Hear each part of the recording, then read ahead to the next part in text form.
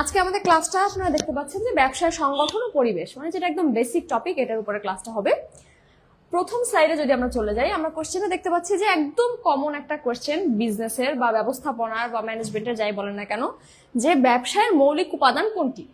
এটা হচ্ছে সবচেয়ে কমন একটা। আমি একটু আপনাদেরকে দেখিয়ে দিচ্ছি উত্তরটা কি হতে পারে। প্রথম অপশনটাই হচ্ছে লাভ অর্জন। বলেছে ব্যবসার মৌলিক উপাদান কোনটি। লাভ অর্জন কখনো ব্যবসার মৌলিক উপাদান না। মুনাফা অর্জন বা লাভ অর্জন হচ্ছে ব্যবসার মূল উদ্দেশ্য, অর্থাৎ এটা হচ্ছে উদ্দেশ্য আপনাদের জন্য, যারা ব্যবসা করবে তাদের উদ্দেশ্য এটা। আর সেকেন্ড অপশনটা হচ্ছে সামাজিক সেবা। এটাও ব্যবসায়ের কোনো মূল উপাদান না। কারণ কি, সামাজিক সেবা হচ্ছে বলতে গেলে যে আপনি ব্যবসা করছেন, আপনার একটা সামাজিক দায়বদ্ধতা আছে, সুতরাং এটা হচ্ছে সেই ক্ষেত্রে প্রযোজ্য, যেটা ব্যবসায়ের একটা উপাদান, সামাজিক সেবা। তৃতীয় অপশনটা হচ্ছে পণ্য বা সেবা উৎপাদন ও বিনিময়। এটা হচ্ছে থার্ড নাম্বার অপশন।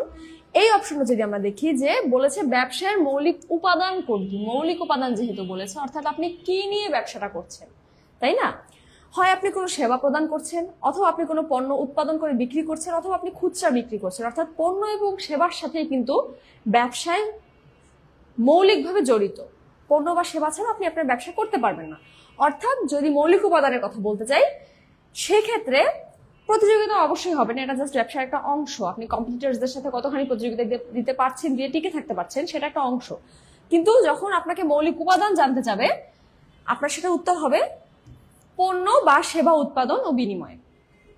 আচ্ছা, হ্যাঁ, দেখি কারা কারা উত্তর দিতে পেরেছেন। হ্যাঁ, শাইনি ইসলাম উত্তর দিয়েছেন, রঞ্জিনা জানাত উত্তর দিয়েছেন গ। হ্যাঁ, সবার উত্তরই কারেক্ট। পণ্য বা সেবা উৎপাদন ও বিনিময় হচ্ছে সঠিক উত্তর। আমরা যদি দেখি, এই যে আমরা এখানে অপশন দিয়ে দিয়েছি, উত্তর হচ্ছে গ। কেমন? এবার আমরা যদি সেকেন্ড কোশ্চেনে চলে যাই, সেকেন্ড কোশ্চেনটা কি, যে বাংলাদেশের অর্থনীতিতে ক্ষুদ্র ও মাঝারি শিল্পের, অর্থাৎ SME, small and medium enterprises, এর গুরুত্ব কেমন, রাইট? আচ্ছা, আমরা কিন্তু এর আগে ক্ষুদ্র কুটির শিল্প নিয়ে একটা ক্লাস করেছিলাম। সেখানে আমি বলেছিলাম যে বাংলাদেশের জিডিপিতে কতখানি ভূমিকা পালন করে এরা, বা এখানে হচ্ছে কিভাবে ক্ষুদ্র কুটির শিল্প কাজ করে বাংলাদেশে। তো সেই হিসাবে যদি আপনারা চিন্তা করেন, যারা যারা ক্লাসটা করেছেন তারা একটু উত্তর দেওয়ার চেষ্টা করেন, সবাই উত্তর দেওয়ার চেষ্টা করেন যে এখানে গুরুত্বটা কেমন হতে পারে। খুব অল্প ভূমিকা পালন করে ক্ষুদ্র কুটির শিল্প বাংলাদেশের অর্থনীতিতে, মানে নগণ্য, নাকি অত্যন্ত গুরুত্বপূর্ণ, নাকি শুধুমাত্র গ্রামীণ অর্থনীতিতে এটা ভূমিকা পালন করে, নাকি শুধুমাত্র রপ্তানি খাতে ভূমিকা পালন করে। যদি আমরা অপশনগুলা স্টেপ বাই স্টেপ যাই, শেষ থেকে শুরু করি, ঠিক আছে? প্রথমত কি বলেছে, যে শুধুমাত্র রপ্তানি খাতে। ক্ষুদ্র কুটির শিল্প কখনো শুধুমাত্র রপ্তানি খাতে গুরুত্বপূর্ণ ভূমিকা পালন করে না। কারণ রপ্তানি খাতে আমরা কি দেখি, পোশাক শিল্প রপ্তানি হয়, বা বিভিন্ন বড় বড় যেসব শিল্প, ইস্পাত, এই সব জিনিসপত্র কিন্তু আমাদের রপ্তানি হয়। কিন্তু ক্ষুদ্র কুটির শিল্পের যেসব আইটেম আছে, এরা খুবই কম রপ্তানি হয় অন্য দেশে। এটা বাংলাদেশের কালচারকে তুলে ধরে, ঠিক আছে, কিন্তু এটার দ্বারা মানুষ অতটা বড়ভাবে বিজনেস করতে পারে না আমদানি রপ্তানির। সুতরাং এটা রপ্তানি খাতে এটার গুরুত্ব আসলে নেই বললেই চলে। মানে নেক্সট যে অপশনটা, যদি নগণ্যর কথা বলি, নগণ্য হবে না, অবশ্যই নগণ্য হবে না। কেন নগণ্য হবে না? দেখেন, নগণ্য হবে না কারণ হচ্ছে আপনাদের ক্ষুদ্র কুটির শিল্প বা স্মল অ্যান্ড মিডিয়াম এন্টারপ্রাইজ যেটা, এটা গ্রামীণ অর্থনীতিতে অনেক বড় একটা ভূমিকা পালন করে কিন্তু। অর্থাৎ গ্রামীণ অর্থনীতির অনেকটা অংশ, মানে স্পেশালি মহিলারা যারা কাজ করছেন, বিজনেস করছেন, তারা কিন্তু নির্ভরই করে থাকে এই ক্ষুদ্র কুটির শিল্পের উপরে, তাই না? সুতরাং নগণ্য বলা চলে না। আবার শুধুমাত্র কি গ্রামীণ অর্থনীতিতে এটা ভূমিকা পালন করে তাও না। কেন? কারণ ক্ষুদ্র কুটির শিল্পে আপনি যেসব পণ্য উৎপাদন করছেন, সেগুলো ঠিকই আপনি ঢাকায় এনে বা অন্যান্য শহরে এনে বিক্রি করছেন। সুতরাং সেটা শহর ভিত্তিক অঞ্চলগুলোতেও কিন্তু অর্থনৈতিক ভূমিকা পালন করছে। তাহলে আমাদের একমাত্র অপশন কোনটা? 2 এর উত্তর হচ্ছে খ, অর্থাৎ অত্যন্ত গুরুত্বপূর্ণ। সহজ কথা, অত্যন্ত গুরুত্বপূর্ণ। এবার এত কিছু কি আপনাদের পরীক্ষার সময় চিন্তা করতে হবে না। যখনই কোনো বিজনেসের কথা আসবে, যে এই বিজনেসটা বাংলাদেশ অর্থনীতিতে কেমন গুরুত্বপূর্ণ ভূমিকা পালন করছে, আপনারা সবসময় অত্যন্ত গুরুত্বপূর্ণই দিবেন।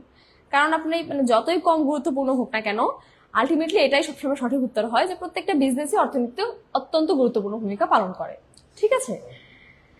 হ্যাঁ, সুমনা আহমেদ সুজন বলেছেন খ, শাইনি ইসলাম বলেছেন সি, খন্দকার মাহফুজ বলেছেন খ। যারা খ বলেছেন তাদের উত্তর সঠিক হয়েছে, এটার উত্তর হচ্ছে খ। দেখেন, এই যে উত্তর হচ্ছে খ। কেমন? আচ্ছা, এবার যদি আমরা থার্ড কোশ্চেনে চলে যাই, যে সবাই উত্তরটা দেওয়ার চেষ্টা করেন, কেমন? যারা যারা ক্লাসের সাথে যুক্ত আছেন তারা তারা সবাই উত্তরটা দেওয়ার চেষ্টা করেন। থার্ড কোশ্চেনটা হচ্ছে ব্যবসায়ের সামাজিক দায়িত্ব বলতে কি বোঝায়? আমি প্রথম প্রশ্নে একটা কথা বলেছিলাম যে সামাজিক দায়িত্ব কি, যে আপনি শুধু যে ব্যবসা করছেন, লাভ অর্জন করছেন এমন না, আপনাকে সমাজ সেবাও করতে হবে। আপনি হয়তো ডোনেট করছেন, আপনি হয়তো এতিমদের খাওয়াচ্ছেন, আপনি হয়তো আপনার ব্যবসার কিছুটা মুনাফা অন্যদেরকে দান করে দিচ্ছেন, বা আপনি হয়তো পরিবেশ সংরক্ষণ করছেন। অর্থাৎ আপনার শিল্পের মাধ্যমে বা আপনার ব্যবসার মাধ্যমে যেন পরিবেশের কোনো ক্ষতি না হয়, এগুলো সবই কিন্তু ব্যবসায়ের সামাজিক দায়বদ্ধতা। অর্থাৎ আপনি একজন ব্যবসায়ী হিসেবে আপনার সমাজের প্রতি কি দায়বদ্ধতা, তাই না? এটাই কিন্তু। দেখি তিনের উত্তর কারা কারা দিচ্ছে। শাইন ইসলাম বলেছেন বি, রঞ্জিনা জান্নাত বলেছেন খ, অপু রয় বলেছেন বি। ওকে, অপশনগুলো দেখি। প্রথমত শুধুমাত্র লাভ করার দায়িত্ব, এটা কখনোই সামাজিক দায়িত্ব না, এটা হচ্ছে, আমি আবারও বলছি, উদ্দেশ্য, তাই না? এটা হচ্ছে উদ্দেশ্য। আচ্ছা, উত্তর চলেই এসেছে, উত্তর হচ্ছে খ, সমাজের প্রতি কর্তব্য পালন। যারা যারা এটার উত্তর বলেছেন যে খ উত্তর, তারা সবাই সঠিক উত্তর দিয়েছেন যে সমাজের প্রতি কর্তব্য পালন। কেন অন্যান্যগুলো হবে না? দেখেন, শুধুমাত্র লাভ করার দায়িত্ব এটা কোনো দায়িত্ব না, এটা আমার পার্সোনাল নিড। আমি ব্যবসা করছি, আমার মুনাফা অর্জন করতে হবে, এটা আমার মৌলিক উদ্দেশ্য। এটা হচ্ছে মৌলিক উদ্দেশ্য। প্রতিযোগিতার সাথে সৎ থাকা, হ্যাঁ, এটাও একটা ব্যবসায়ের গুরুত্বপূর্ণ নৈতিক দায়িত্ব। এটা কি? নৈতিক দায়িত্ব। আপনারা যদি প্রত্যেকটা অপশন দেখেন, প্রত্যেকটারই কিন্তু একটা একটা ভ্যালু আছে। এটা হচ্ছে মৌলিক উদ্দেশ্য, এটা হচ্ছে নৈতিক দায়িত্ব, ঠিক আছে? আর ফোর্থ নাম্বার হচ্ছে শুধুমাত্র সরকারি নিয়ম মেনে চলা। শুধুমাত্র সরকারি নিয়ম মানলে নিশ্চয়ই আপনি ব্যবসা করতে পারবেন না, আপনাকে নিজের মতো কিছু জিনিস চালাতে হবে। সুতরাং এটাও সামাজিক দায়িত্ব না। তাহলে সামাজিক দায়িত্ব বলতে কি বোঝাবে? সমাজের প্রতি কর্তব্য পালন। এটা হচ্ছে সঠিক উত্তর, কেমন? আচ্ছা, এরপর যদি আমরা নেক্সট কোশ্চেনে যাই, ব্যবসায়ের দক্ষতা পরিমাপের প্রধান সূচক কোনটি? দেখেন তো এটার মধ্যে কোনটা সঠিক উত্তর হতে পারে? মোট বিক্রয়, না মোট বিনিয়োগ, না মুনাফা ও উৎপাদনশীলতা, নাকি কর্মচারীর সংখ্যা? চেষ্টা করেন সবাই, ঠিক আছে? সবাই একটু চেষ্টা করেন। চারের উত্তর কি হবে? দেখেন, বলেছে দক্ষতা পরিমাপের প্রধান সূচক। দক্ষতা, বা আমরা ইংলিশে যেটাকে বলি এফিসিয়েন্সি, রাইট? এফিসিয়েন্সি পরিমাপের প্রধান সূচক কোনটা? মোট বিক্রয় কি কখনো এফিসিয়েন্সি পরিমাপের প্রধান সূচক হতে পারে? না। কেন হতে পারে না? কারণ আপনি হয়তো অনেক টাকা খরচ করে একটা কিছু উৎপাদন করে খুব কম দামে বিক্রি করলেন, সুতরাং আপনার মোট বিক্রয় কত হলো আলটিমেটলি সেটা কখনোই আপনার ব্যবসায়িক দক্ষতাকে প্রকাশ করছে না। এটা তার মানে সঠিক উত্তর না। সেকেন্ড অপশনটা দেখি, মোট বিনিয়োগ। ঠিক আছে, আপনি ব্যবসায় কতখানি ইনভেস্ট করছেন তার উপরে ডিপেন্ড করবে আপনি ব্যবসায় কতখানি উৎপাদন করতে পারছেন, কতখানি মুনাফা অর্জন করতে পারছেন। এগুলো কিন্তু সবই রেশিও আকারে একটা একটার উপর ডিপেন্ড করে, রাইট? কিন্তু শুধুমাত্র মোট বিনিয়োগ কখনো ব্যবসায়ের দক্ষতা পরিমাপের সূচক হতে পারে না। তাহলে এটাও সঠিক উত্তর না, এটা না, এটা না। এবার এই দুটার মধ্যে কি কি দেখি। কর্মচারীর সংখ্যা, আপনার ব্যবসায় কতজন কর্মচারী কাজ করছে, এটা নিশ্চয়ই মানে আপনার ব্যবসায়ের দক্ষতাকে প্রকাশ করছে না, রাইট? আপনার ব্যবসায় অনেক কর্মচারী থাকতে পারে, এদেরকে নিয়েও আপনি ব্যবসায় লস খেতে পারেন। আবার আপনার ব্যবসায় মাত্র 5 জন কর্মচারী আছে, কিন্তু তাদেরকে নিয়ে আপনি অনেক ভালো কাজ করছেন, আপনি অনেক ভালো ইনকাম করতে পারছেন, মুনাফা অর্জন করতে পারছেন, রাইট? সুতরাং শুধুমাত্র কর্মচারীর সংখ্যা কখনো দক্ষতা পরিমাপের প্রধান সূচক না। তাহলে সঠিক উত্তরটা কি? গ, মুনাফা উৎপাদনশীলতা। মুনাফা উৎপাদনশীলতা বলতে কি বোঝায়? যে আপনি কত কম খরচে কি পরিমাণে পণ্য উৎপাদন করে সেটা বিক্রি করে কতখানি লাভ করতে পারছেন, এটাই হচ্ছে মুনাফা উৎপাদনশীলতা। অর্থাৎ আপনার কম খরচ হতে হবে কিন্তু উৎপাদন ও বিক্রয় হতে হবে বেশি। ঠিক আছে, উৎপাদন বা বিক্রয় বেশি, এটা হচ্ছে আপনার দক্ষতা পরিমাপের প্রধান সূচক। এটা হচ্ছে দক্ষতা পরিমাপের প্রধান সূচক, যে মুনাফা ও উৎপাদনশীলতা। কারা কারা সঠিক উত্তর দিয়েছেন দেখি। শাইনি ইসলাম বলেছেন সি, আরো একজন সি বলেছেন। হ্যাঁ, যারা যারা সি বলেছেন মুনাফা উৎপাদনশীলতা, তারা সবাই সঠিক উত্তর দিয়েছেন। এখানে কমেন্টগুলো রান করে তো আমার পিসিতে সামনে, আমি হচ্ছে আপনাদের সবার কমেন্ট একসাথে পড়তে পারছি না, এই জন্য। তবে যারা যারা সি উত্তর দিয়েছেন বা গ উত্তর দিয়েছেন তারা সবাই সঠিক উত্তর দিয়েছেন। আচ্ছা, আমরা হচ্ছে নেক্সট কোশ্চেনে যদি যাই, এই যে দেখেন উত্তরটা হচ্ছে গ। ব্যবসায় ও সরকারের মধ্যে সম্পর্ক কিরূপ? দেখেন অপশনগুলো, পরস্পর বিরোধী, পরস্পর নির্ভরশীল, একমুখী, নাকি কোনো সম্পর্ক নেই। দেখি তো কারা কারা এটা সঠিক উত্তর দিতে পারছেন। আচ্ছা, লাল কালি ব্যবহার করব না, ওকে ফাইন, তাহলে আমি হলুদ ইউজ করছি, কোনো সমস্যা নেই। এই যে ঠিক আছে, হলুদ ইউজ করছি। হলুদ কি দেখা যাচ্ছে? দেখেন তো, এটা মনে হয় ভালো দেখা যাচ্ছে, তাই না? হ্যাঁ, যারা বুঝতে পেরেছি, লাল কালিটা অনেক সময় বোঝা যায় না ব্ল্যাক বোর্ডের উপরে, তাহলে আমি হলুদটা ইউজ করব। আচ্ছা, এবার দেখেন, আপনারা সবাই একটু উত্তর দেওয়ার চেষ্টা করেন। 5 নাম্বার কোশ্চেনের উত্তর দেওয়ার চেষ্টা করেন সবাই। পরস্পর বিরোধী নাকি পরস্পর নির্ভরশীল নাকি একমুখী নাকি সরকার ও ব্যবসার মধ্যে কোনো সম্পর্কই নেই, কোনটা? হ্যাঁ, রঞ্জিনা জান্নাত বলেছেন খ, শাইন ইসলাম বলেছেন খ। আচ্ছা, এবার যদি আমি কোশ্চেনের বিশ্লেষণে চলে যাই, প্রথমত ব্যবসায়ের সাথে যদি সরকারের সাংঘর্ষিক সম্পর্ক থাকে বা পরস্পর বিরোধী সম্পর্ক থাকে, সেক্ষেত্রে কিন্তু ব্যবসায়ী সেই দেশে ব্যবসা করতে পারবে না, তাই না? অর্থাৎ সরকারের কিছু নীতি নির্ধারণ করাই থাকে, আপনাকে এই পরিমাণে ট্যাক্স দিতে হবে, আপনি এই পরিমাণে ইনভেস্ট করতে পারবেন এই ব্যবসার জন্য, কিছু কিছু রেশিও সরকার নির্ধারণ করে দেয়। ওগুলো যদি আপনি না মানেন, আপনি কিন্তু বাংলাদেশে ব্যবসা করতে পারবেন না, তাই না? অর্থাৎ পরস্পর বিরোধী হবে না।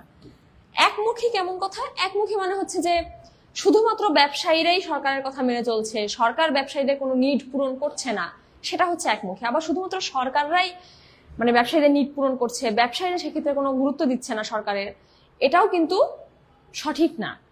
তাহলে পরস্পর বিরোধীও সঠিক না, একমুখীও সঠিক না, সম্পর্ক নেই এটাও সঠিক না। কেন? অবশ্যই ব্যবসায়ী এবং সরকারের মধ্যে সম্পর্ক আছে, তাই না? তাহলে সঠিক উত্তর কোনটি? যারা যারা খ উত্তর দিয়েছেন তাদের উত্তর সঠিক হয়েছে, পরস্পর নির্ভরশীল। ব্যবসায় এবং সরকারের মধ্যে সম্পর্কটা হচ্ছে পরস্পর নির্ভরশীল। আপনার একজন ব্যবসায়ী হিসেবে আপনার যারা মানে সরকারে আছেন তাদের যেসব নীতি নির্ধারণ করা আছে সেগুলো আপনাকে যেমন মেনে চলতে হবে, তেমনি সরকারেরও কিছু ডিউটি আছে। ব্যবসায়ীদেরকে কিছু সুযোগ সুবিধা প্রদান করা, ব্যবসায়ী যাতে সহজে ব্যাংক থেকে লোন পায় এরকম নীতি নির্ধারণ করা, বৈদেশিক ব্যবসায় যাতে তারা সহজে করতে পারে এরকম কিছু নীতি নির্ধারণ করা। সুতরাং এটা হচ্ছে পরস্পর নির্ভরশীল একটা সম্পর্ক। দেখি যারা যারা লাস্টে বি উত্তর দিয়েছেন, হ্যাঁ সবাই খ উত্তর দিয়েছেন। খন্দকার মাহফুজ, মোস্তাকিন আহমেদ, সোহেল, সজীব নূর, মেহজাবিন হক সবাই খ উত্তর দিয়েছেন। যারা খ উত্তর দিয়েছেন তাদের সবার উত্তর সঠিক হয়েছে, উত্তর হচ্ছে খ। 6 নম্বর কোশ্চেনে যাই যে এক মালিকানা ব্যবসার প্রধান বৈশিষ্ট্য কি? এক মালিকানা ব্যবসা সম্পর্কে আমি একটা অনেক ডিটেইলড ক্লাস নিয়েছিলাম আপনাদের মনে হয় মনে আছে অলরেডি, যারা যারা ক্লাসটা করেছেন তারা এবং যারা করেননি সবাই উত্তর দেওয়ার চেষ্টা করেন যে এক মালিকানা ব্যবসার প্রধান বৈশিষ্ট্য কি। সীমাবদ্ধ দায় নাকি অসীম দায় ও একক মালিকানা নাকি পৃথক আইনি সত্তা নাকি অংশীদারদের উপস্থিতি? সবাই একটু এটার উত্তর দেওয়ার চেষ্টা করেন 6 নম্বর কোশ্চেনের। ঠিক আছে, আপনারা উত্তর দেওয়ার চেষ্টা করেন আর আমি ততক্ষণ আপনাদেরকে বুঝাই যে উত্তরটা কি হতে পারে। প্রথমত যদি আমরা দেখি যে সীমাবদ্ধ দায় একমাত্র কোন ব্যবসায়ীর ক্ষেত্রে আছে বলেন তো? সীমাবদ্ধ দায় একমাত্র কোম্পানি ব্যবসার ক্ষেত্রে। ঠিক আছে, একমাত্র কোম্পানি ব্যবসায়ের ক্ষেত্রে সীমাবদ্ধ দায় প্রযোজ্য, আর সকল ব্যবসার ক্ষেত্রে আচ্ছা ঠিক আছে আচ্ছা ওকে আচ্ছা আচ্ছা আমরা ফিরে যাই যে সীমাবদ্ধ দায় কোন ব্যবসায়ের সাথে জড়িত? শুধুমাত্র কোম্পানি ব্যবসায়ের সাথে। আপনার দায় হচ্ছে আপনার শেয়ার দ্বারা সীমাবদ্ধ থাকে, রাইট? আপনার দায় হচ্ছে আপনার শেয়ার দ্বারা সীমাবদ্ধ থাকে। তার মানে কোম্পানি বিজনেস ছাড়া বাকি সব বিজনেসের দায় কি? অসীম। গেল। নেক্সট অপশন যদি যাই যে পৃথক আইনি সত্তা। এক মালিকানা ব্যবসায়ের যে কোনো পৃথক আইনি সত্তা নেই, এটা কিন্তু আমি এক মালিকানা ব্যবসার ক্লাসে বুঝিয়েছিলাম আপনাদেরকে যে যে মালিক সে নিজেই ব্যবসায়ী এবং সে নিজেই ব্যবসাটা পরিচালনা করছে, তার পরিচয়ই ব্যবসাটা পরিচালিত হচ্ছে। আচ্ছা আচ্ছা ঠিক আছে ওকে। আচ্ছা তাহলে হচ্ছে কি দাঁড়ায় যে এক মালিকানা ব্যবসায় কিন্তু কোনো পৃথক আইনি সত্তা নেই, রাইট? অংশীদারদের উপস্থিতি নামই হচ্ছে এক মালিকানা ব্যবসা, অর্থাৎ আপনার মালিকানা একজন, আপনার দায়ও সব একজনের, তাই না? তাহলে সঠিক উত্তরটা কি? এটা যদি সঠিক উত্তর না হয়, এটা সঠিক উত্তর না হয়, এটা সঠিক উত্তর না হয়, সঠিক উত্তর হচ্ছে খ, অসীম দায় ও একক মালিকানা। ঠিক আছে, যারা যারা সঠিক উত্তর দিয়েছেন একটু দেখি। শাইনি ইসলাম বলেছেন বি, মেহজাবিন হক খ, সুমন আহমেদ সুজন খ, সবাই বলেছেন খ। যারা যারা খ উত্তর দিয়েছেন তাদের সবার উত্তর সঠিক হয়েছে। এক মালিকানা ব্যবসায়ের মালিক একজন, তিনি একাই ব্যবসা পরিচালনা করেন, তিনি চাইলে কর্মচারী রাখতে পারেন, কিন্তু তার পরিচয়ে ব্যবসাটা সবার কাছে পরিচিত হয় এবং তার দায় অসীম। অর্থাৎ সে যদি কোনোভাবে ব্যবসার দায় পরিশোধ করতে না পারে, সেক্ষেত্রে তার ব্যক্তিগত সম্পদ দ্বারা হলেও তাকে দায় পরিশোধ করতে হবে। এটাই হচ্ছে অসীম দায় ও একক মালিকানা, এটাই সঠিক উত্তর। কেমন, সবাই নিশ্চয়ই বুঝতে পেরেছেন? এই যে উত্তর হচ্ছে খ।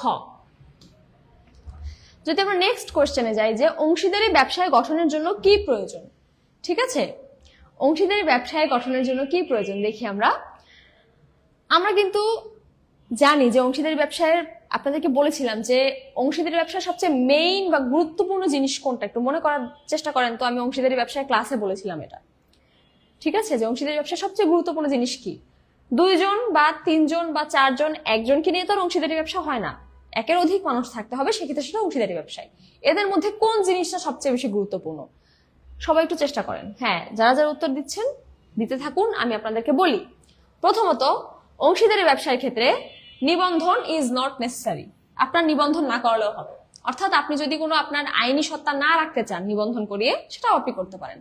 হ্যাঁ, সুতরাং অংশীদারি ব্যবসার জন্য নিবন্ধন প্রয়োজনীয় না, তার মানে এটা সঠিক উত্তর না। তবে নিবন্ধন থাকলে কি হয়, আপনি তখন সেক্ষেত্রে আইনি সহায়তা পেতে পারেন, বা আপনার অংশীদারদের সাথে যে কোনো ঝামেলা হলে বা থার্ড পার্টির করার সাথে যদি আপনার কোনো ঝামেলা হয়, সংঘাত হয়, সেক্ষেত্রে আপনি তখন আইনি সহায়তা নিতে পারবেন যদি আপনার নিবন্ধন থাকে। গেল এটা। তারপরের অপশনে যদি আমরা যাই যে 7 জন সদস্য, 7 জন সদস্যই যে হতে হবে অংশীদারি ব্যবসায়ের এরকম কোনো নিয়ম নেই। আপনার সদস্য সংখ্যা অংশীদারি ব্যবসায় নির্ধারিত করা নেই অংশীদারি ব্যবসায় আইনে। কেমন, আপনি যে কয়জন খুশি সেই কয়জন অংশীদারকে নিয়ে ব্যবসা করতে পারেন বা ব্যবসা শুরু করতে পারেন। যে কোনো সময় যে কোনো অংশীদার চলেও যেতে পারে, এতেও কোনো আপত্তি নেই। সুতরাং সদস্য সংখ্যাও কিন্তু অংশীদারি ব্যবসার জন্য গঠনের জন্য প্রয়োজন না। তারপর অপশন যদি আমরা যাই যে সরকারি অনুমোদন, সরকারি অনুমোদন মানেই হচ্ছে নিবন্ধন। আপনার সরকার যখন অনুমোদন দিচ্ছে সেটাই হচ্ছে আপনি নিবন্ধন করছেন, রাইট? যেহেতু নিবন্ধনটা গুরুত্বপূর্ণ না, তার মানে সরকারি অনুমোদনও এক্ষেত্রে গুরুত্বপূর্ণ না। তাহলে অংশীদারি ব্যবসায় গঠনের জন্য কি প্রয়োজন? আমি যেটা বলেছিলাম, চুক্তি। হ্যাঁ, অংশীদারি ব্যবসায়ের সবচেয়ে গুরুত্বপূর্ণ জিনিসটাই হচ্ছে চুক্তি থাকতে হবে। এবার এই চুক্তিটা আপনি রিটেন চুক্তি করতে পারেন, আপনি মৌখিক চুক্তি করতে পারেন, এটা আপনার ইচ্ছা আপনি কিভাবে চুক্তি করবেন। তবে অংশীদারি ব্যবসায় গঠনের জন্য সবচেয়ে প্রয়োজনীয় জিনিস হচ্ছে অংশীদারি চুক্তিপত্র। চুক্তিপত্রটা হচ্ছে যখন আপনি এই মৌখিক চুক্তিটাকে লিখিত আকারে আপনার অংশীদারকে দিচ্ছেন এবং দুজনে মিলে ওখানে স্ট্যাম্প দিয়ে সাইন করে দিচ্ছেন যে হ্যাঁ ঠিক আছে, আমরা এইসব নিয়ম অংশীদারি ব্যবসার ক্ষেত্রে মেনে চলবো, এইভাবে মুনাফা বন্টন হবে, এইভাবে দায় বন্টন হবে, এইভাবে ক্ষতি বন্টন হবে, সবকিছু। এটাই হচ্ছে চুক্তিপত্র। কেমন, এটা আপনি মৌখিক করতে পারেন যেমন বললাম, কিন্তু সবচেয়ে গুরুত্বপূর্ণ জিনিসটাই হচ্ছে চুক্তি। অর্থাৎ আপনার অংশীদারি ব্যবসায় একটা চুক্তি থাকতে হবে, চুক্তি ছাড়া আপনি অংশীদারি ব্যবসা করতে পারবেন না। উত্তরটা হচ্ছে খ, অংশীদারি চুক্তিপত্র। হ্যাঁ, শাহিন ইসলাম বলেছেন চুক্তি, সবাই বলেছেন, সুজন বলেছেন খ উত্তর, খন্দকার মাহফুজ খ, মেজাবিন হক খ, যারা যারা খ উত্তর দিয়েছেন তারা সবাই সঠিক উত্তর দিয়েছেন। আচ্ছা, পরের কোশ্চেনে যদি আমরা যাই যে কোম্পানির ব্যবসার অন্যতম প্রধান সুবিধা কি? দেখেন তো কোম্পানি ব্যবসার অন্যতম প্রধান সুবিধা কি। প্রথমত দেখেন, যদি আমরা বলি, সবাই চেষ্টা করেন এটা উত্তর দেওয়ার। কেমন, অসীম দায় কিন্তু কোম্পানি ব্যবসায় নেই, এটা আমি আগেই বলেছি। কোম্পানি ব্যবসায় কিন্তু একমাত্র ব্যবসায় যাদের দায় হচ্ছে সীমাবদ্ধ বা সীমিত শেয়ার দ্বারা, রাইট? তাহলে এটা উত্তর হবে না। তারপরে দেখেন গোপনীয়তা, গোপনীয়তা কি কোম্পানি ব্যবসায় আছে আদৌ? আপনাদের কিন্তু, আমি জানি কিনা এটা কয়জন জানেন, বাট কোম্পানির কিন্তু ডিটেলস গুলো সবসময় পাবলিকলি ওপেন করে দিতে হয়, যে এটা কোম্পানির ডিটেলস, এরকম এরকম কোম্পানির লাস্ট ইয়ারের মুনাফা, এরকম এরকম তারা ইনভেস্ট করেছিল, তাতে তাদের এই পরিমাণে ক্ষতি হয়েছে, এই পরিমাণে লাভ হয়েছে।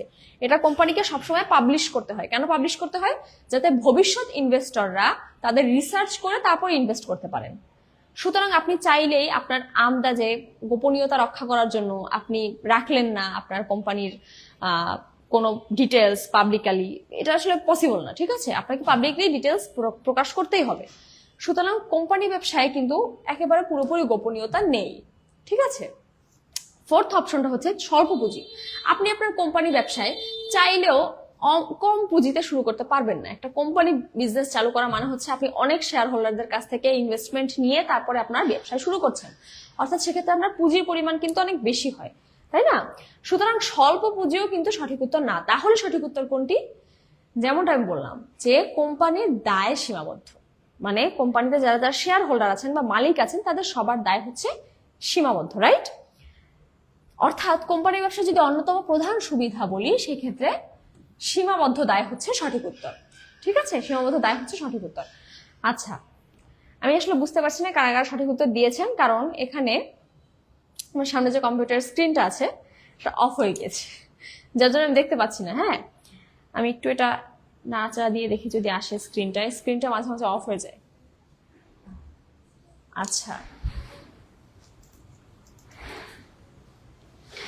আচ্ছা, স্ক্রিন এসেছে। হ্যাঁ, এখন স্ক্রিন এসেছে।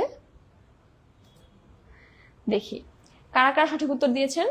মেহজাবিন হক, খন্দকার মাহফুজ, শাইনি ইসলাম, সুমন আহমেদ সুজন। হ্যাঁ, সবাই বলেছেন খ হচ্ছে সঠিক উত্তর। জি, সবার উত্তর সঠিক হয়েছে। যেমন বললাম, বুঝালামই তো, তাই না, যে সীমাবদ্ধতায় কেন উত্তর হবে, এটাই হচ্ছে সঠিক উত্তর, খ। আচ্ছা, এর পরের কোশ্চেন যদি আমরা যাই, যে সমবায় সমিতির মূল উদ্দেশ্য কি। দেখেন কোশ্চেন গুলো কোত্থেকে আসতেছে, আপনাদের কিন্তু সবাইকেই আমি এটা ইন ডিটেলস আলাদা আলাদা করে এক একটা ক্লাস নিয়েছি এগুলোর উপর, তাই না। এক মালিকানা ব্যবসার উপর ক্লাস নিয়েছি, অংশীদারি ব্যবসার উপর ক্লাস নিয়েছি, কোম্পানির উপরে ক্লাস নিয়েছি, সমবায় সমিতির উপরে ক্লাস নিয়েছি, রাষ্ট্রীয় ব্যবসার উপরে ক্লাস নিয়েছি। রাষ্ট্রীয় ব্যবসার প্রশ্ন আপনার সামনে পাবেন, কিন্তু এগুলো হচ্ছে ওইসব চ্যাপ্টারের মানে খুবই কমন আসতে পারে এরকম কোশ্চেন নিয়ে আমি আজকে একটা স্লাইড বানিয়েছি প্রত্যেকটা ব্যবসা, ঠিক আছে। আচ্ছা দেখেন, সমবায় সমিতির মূল উদ্দেশ্য কি। লাভ সর্বোচ্চকরণ, নাকি সদস্যদের পারস্পরিক কল্যাণ, নাকি বাজার আধিপত্য, নাকি রপ্তানি বৃদ্ধি। হ্যাঁ, 9 উত্তর সবাই দেওয়ার চেষ্টা করেন, ঠিক আছে। আচ্ছা দেখেন, এবার আমি যদি বিশ্লেষণে যাই কোশ্চেনটার, লাভ সর্বোচ্চকরণ হচ্ছে আপনার সমবায় সমিতি ছাড়া বাকি যে কোনো ব্যবসায়ের মূল উদ্দেশ্য। আসলে সমবায় সমিতি না, সমবায় সমিতি এবং রাষ্ট্রীয় ব্যবসা এই দুইটা বাদে বাকি যে কোনো ব্যবসায়েরই মূল উদ্দেশ্য হচ্ছে লাভ সর্বোচ্চকরণ, কিন্তু সমবায় সমিতির মূল উদ্দেশ্য লাভ সর্বোচ্চকরণ না। এরপরে যদি যাই যে বাজার আধিপত্য, বাজার আধিপত্য কখন হয়, যখন আপনি আপনার লাভ সর্বোচ্চকরণ করতে চান, তাই না, বা আপনি বেশি মুনাফা অর্জন করতে চান, সেক্ষেত্রে আপনার বাজার আধিপত্যের একটা বিষয় আপনার মাথায় চলে আসে, তাই না। কিন্তু যেহেতু মূল উদ্দেশ্য এখানে লাভ সর্বোচ্চকরণই না, এখানে মূল উদ্দেশ্য হচ্ছে অন্য কিছু, সুতরাং বাজার আধিপত্য সঠিক উত্তর হবে না। রপ্তানি বৃদ্ধিও সমবায় সমিতি সঠিক উত্তর না, কারণ সমবায় সমিতিতে কোনো প্রোডাক্ট উৎপন্ন করা হয় না বা কোনো সেবাও দেওয়া হয় না, অর্থাৎ আপনি এখানে কোনো কিছু রপ্তানি করতে পারছেন না, আপনার রপ্তানি করার মতো কোনো পণ্য এখানে নেই। সুতরাং সমবায় সমিতির মূল উদ্দেশ্য রপ্তানি বৃদ্ধিও না। তাহলে সঠিক উত্তর কি? সঠিক উত্তর হচ্ছে খ, বা সদস্যদের পারস্পরিক কল্যাণ। সমবায় সমিতি গঠিতই হয় হচ্ছে এক একটা সদস্য যাতে একজনের উপকারে আসতে পারে। মেইনলি আপনার একটা অর্থনৈতিক সমস্যা হলো, আপনি কোনো একটা বিপদে পড়লেন, অর্থনৈতিক বিপদে, সেক্ষেত্রে সমিতিগুলো কি করে, আপনাকে হয়তো লোন দিতে পারে, বা আপনাকে হয়তো টাকা পয়সা দিয়ে সাহায্য করতে পারে, বা আপনাকে বিপদ থেকে তারা, অর্থনৈতিক বিপদ থেকে তারা সঠিক, মানে বলতে গেলে ওই সমবায় সমিতির অন্যান্য সদস্যরা আপনাকে উদ্ধার করবে। মানে একদম সহজ কথা, সহজ বাংলায় বলতে গেলে। অর্থাৎ সমবায় সমিতির মূল উদ্দেশ্যটাই হচ্ছে, মানে এই ব্যবসাটা গঠনের মূল উদ্দেশ্যই হচ্ছে যে সদস্যদের পারস্পরিক কল্যাণ পূরণ করতে হবে, এটাই, ঠিক আছে। এখন আমি একটু দেখি কারা কারা সঠিক উত্তর দিয়েছেন। উত্তর হচ্ছে খ, খন্দকার মাহফুজ, শাইনি ইসলাম, সুমন আহমেদ সুজন, রঞ্জিনা জান্নাত, সবাই খ বলেছেন, সবাই সঠিক উত্তর দিয়েছেন। আচ্ছা, এরা বাদে বাকি কি কেউ ক্লাস করছে না? আচ্ছা, আমি একটা জিনিস একটু আপনাদেরকে একটু ক্লিয়ার করে রাখি। রায়হান স্যার মাঝখানে এসেছিলেন, আপনারা দেখেছেন কিনা আমি জানি না, উনি আমাকে বলে দিতে এটা, যে আজকের ক্লাসের পরে হয়তো আর এরকম পাবলিকলি ওপেনলি ক্লাস নেওয়া হবে না ফেসবুকে, এরপরে হয়তো সিক্রেট গ্রুপে ক্লাস নেওয়া হবে, কেমন? তো সবাই হচ্ছে যারা যারা ক্লাসগুলো কন্টিনিউ করতে চান তারা স্যার বলে দিবেন, রায়হান স্যার, যে তারা হচ্ছে কোর্স কিনে অথবা যেভাবেই হোক আপনারা হচ্ছে ক্লাসগুলোতে করার ট্রাই করবেন সিক্রেট গ্রুপে, কেমন? কারণ তখন হচ্ছে আমি আর ওপেনলি এভাবে ফেসবুকে ক্লাস নিব না। আজকেই সম্ভবত আমার লাস্ট ক্লাস ফেসবুকে ওপেনলি। আচ্ছা, এরপর যদি আমরা নেক্সট কোয়েশ্চেনে যাই, রাষ্ট্রায়ত্ত প্রতিষ্ঠানের প্রধান বৈশিষ্ট্য কি? রাষ্ট্রায়ত্ত প্রতিষ্ঠান, যেমন বললাম যে রাষ্ট্রীয় ব্যবসা নিয়েও আমরা পরের কোশ্চেনে যাব। রাষ্ট্রীয় ব্যবসা চলে এসেছে কিন্তু, ঠিক আছে। রাষ্ট্রায়ত্ত প্রতিষ্ঠানই মানে হচ্ছে রাষ্ট্রীয় ব্যবসায়। রাষ্ট্রায়ত্ত প্রতিষ্ঠানের প্রধান বৈশিষ্ট্য কি দেখি তো। ব্যক্তিগত মালিকানা অবশ্যই না, ঠিক আছে। রাষ্ট্রায়ত্ত ব্যবসা বলাই হচ্ছে রাষ্ট্রায়ত্ত ব্যবসা, সুতরাং এটার প্রধান বৈশিষ্ট্য নিশ্চয়ই, হ্যাঁ, একজন বলেছেন আপনি অনেকদিন ক্লাস নেন নাই। আমি একটু অসুস্থ ছিলাম, এই জন্য অনেকদিন ক্লাস নেইনি, এই জন্য আজকে নিচ্ছে। আচ্ছা, ব্যক্তিগত মালিকানা কখনোই রাষ্ট্রীয় ব্যবসার প্রধান বৈশিষ্ট্য না। কেন প্রধান বৈশিষ্ট্য না? কারণ হচ্ছে এটা তো রাষ্ট্রীয় ব্যবসা, এটার মানে এটা তো কোনো ব্যক্তিক মালিক নেই, তাই না, এটার মালিককে রাষ্ট্র, অর্থাৎ তার মানে ব্যক্তিগত মালিকানা কখনো রাষ্ট্রীয় ব্যবসার প্রধান বৈশিষ্ট্য হতে পারে না। সেকেন্ড অপশন হচ্ছে সরকারি মালিকানা ও পরিচালনা। থার্ড অপশন হচ্ছে শুধুমাত্র রপ্তানি ভিত্তিক, অর্থাৎ রাষ্ট্রীয় ব্যবসা কি শুধুমাত্র রপ্তানি ভিত্তিক কিনা। রাষ্ট্রীয় ব্যবসা কখনোই শুধুমাত্র রপ্তানি ভিত্তিক না, বরং বলা যায় যে রাষ্ট্রীয় ব্যবসাগুলো দেশের কল্যাণের জন্য করা হয়। অর্থাৎ আপনার হয়তো ব্যাংক হতে পারে, হসপিটাল হতে পারে, স্কুল হতে পারে, ইউনিভার্সিটি হতে পারে, বা অন্য কোনো প্রতিষ্ঠান যেমন টেলিকমিউনিকেশনের জন্য প্রতিষ্ঠান হতে পারে, গ্যাস হতে পারে, বিদ্যুৎ হতে পারে। এইগুলোর উপরে যে ব্যবসাগুলো করা হয় এগুলো কেন করা হয়? বাংলাদেশের যদি ক্ষেত্রে আপনারা চিন্তা করেন, তিতাস গ্যাস আছে বা অন্যান্য রকম যেরকম কোম্পানিগুলো আছে, সরকারি প্রতিষ্ঠান যেগুলো আছে, এদের কাজ হচ্ছে আপনাকে সেবা প্রদান করা। আপনি একজন দেশের নাগরিক, আপনাকে সেবা প্রদান করা, বা আমি একজন দেশের নাগরিক, আমি এদের থেকে সেবা নিচ্ছি। অর্থাৎ বৈদেশিক রপ্তানি কি হলো না হলো এটা রাষ্ট্রীয় ব্যবসায় দেখার কাজ না, এটা রাষ্ট্রীয় ব্যবসা দেখে না।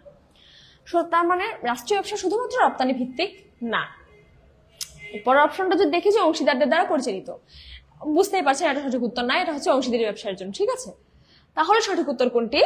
সরকারি মালিকানা ও পরিচালনা। অর্থাৎ রাষ্ট্রীয় ব্যবসায় গঠিত হবে সরকারি মালিকানায়, পরিচালনাও করবে সরকার, এটা নীতি নির্ধারণ করবে সরকার।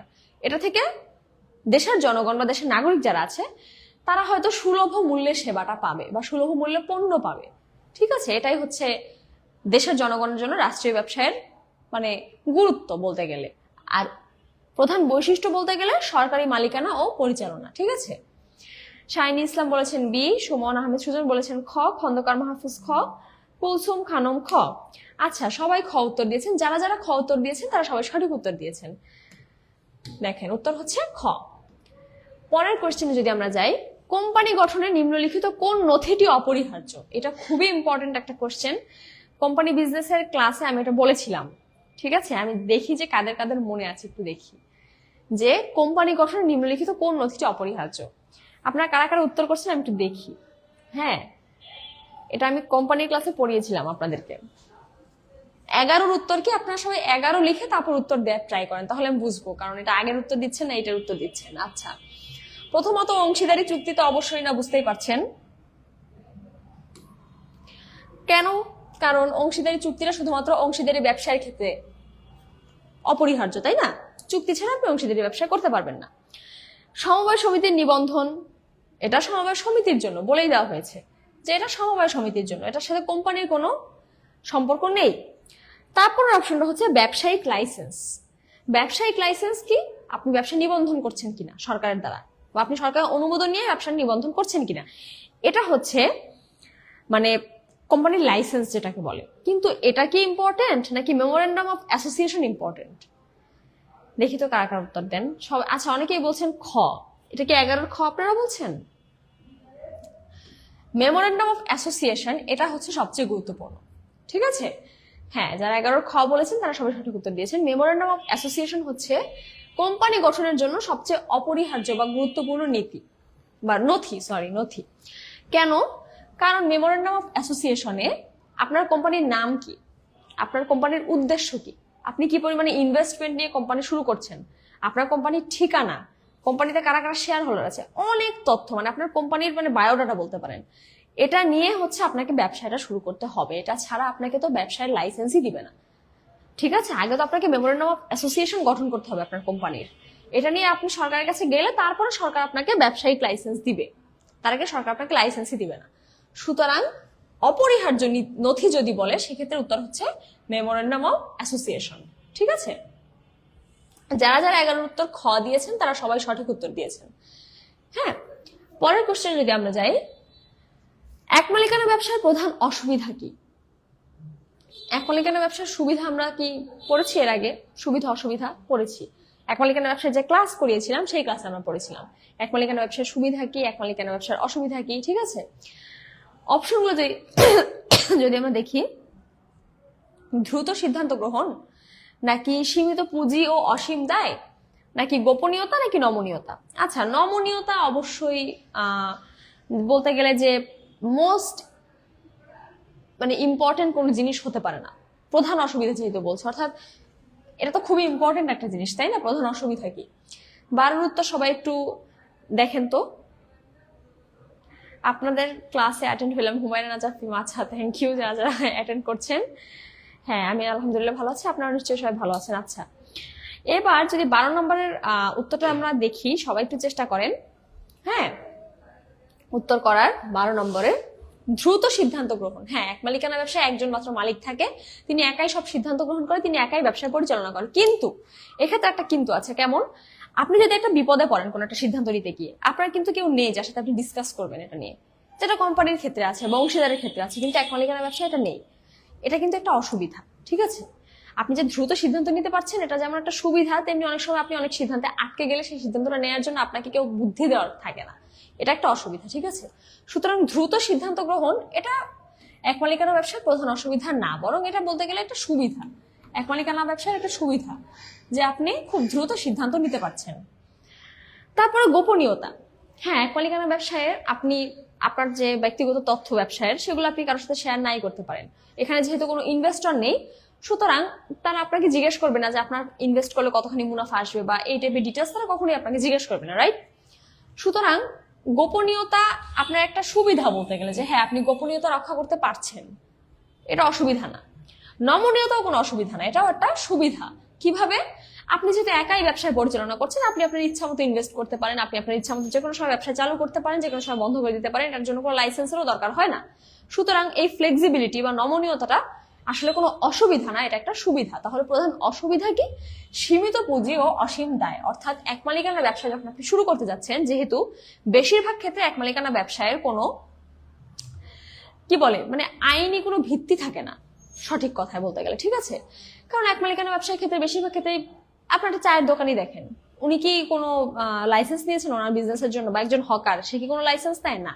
এটা একটা এক মালিকানা ব্যবসার উদাহরণ। অর্থাৎ আপনার যেহেতু একটা লাইসেন্সই নেই, আপনি যেহেতু সরকারিভাবে এটার সাথে মানে লাইসেন্স বদ্ধই না এটার জন্য, সেক্ষেত্রে আপনার পুঁজি সীমিত হয়। আপনাকে কেউ লোন দিবে না এই ব্যবসার জন্য, এক মালিকানা ব্যবসার জন্য, বা আপনাকে কেউ সাহায্য করবে না, কোনো সমিতি থেকে সাহায্য করবে না, ঠিক আছে?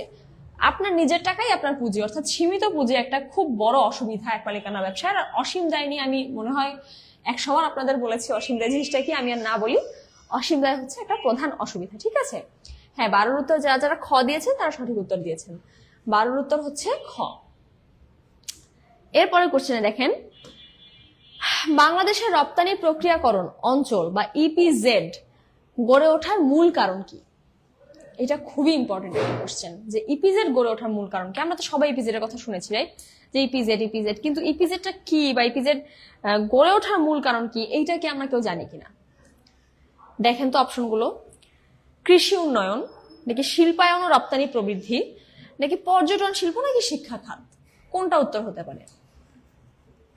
আচ্ছা, আমরা যদি ফার্স্টে ইয়াটা দেখি, যে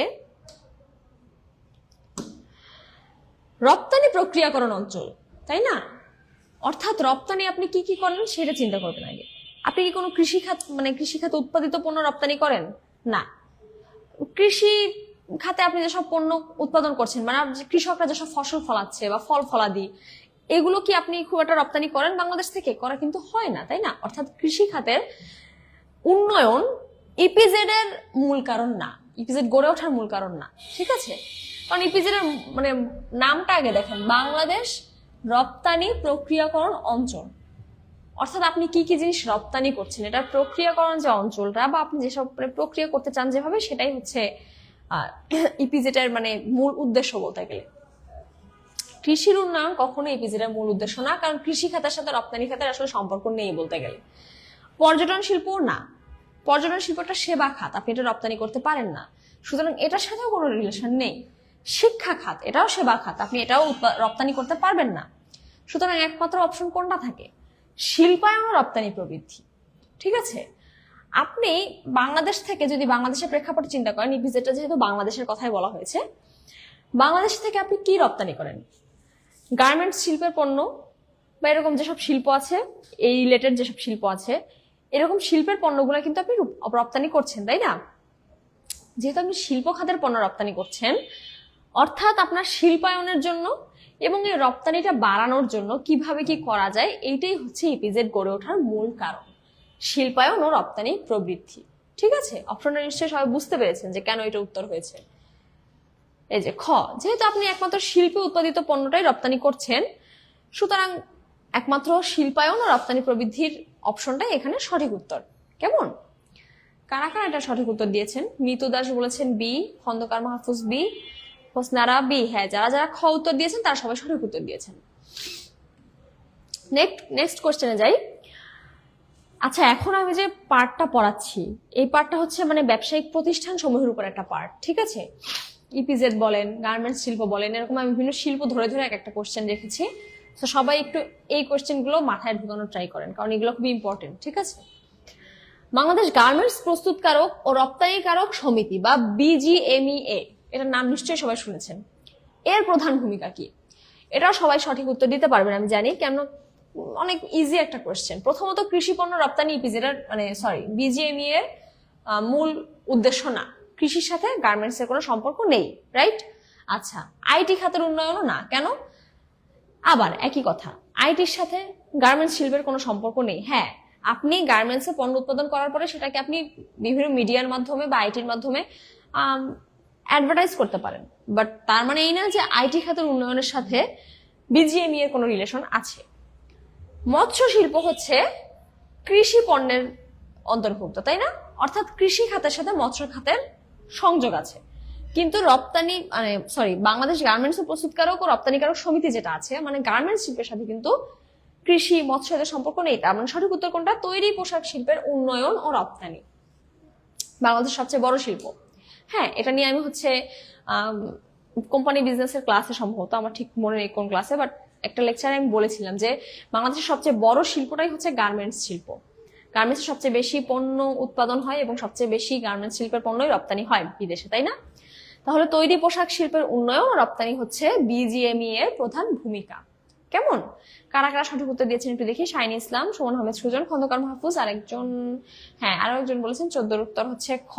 যারা যারা সঠিক উত্তর দিয়েছেন তারা সবাই, মানে যারা যারা খ উত্তর দিয়েছেন তারা সবাই সঠিক উত্তর দিয়েছেন। উত্তর হচ্ছে খ।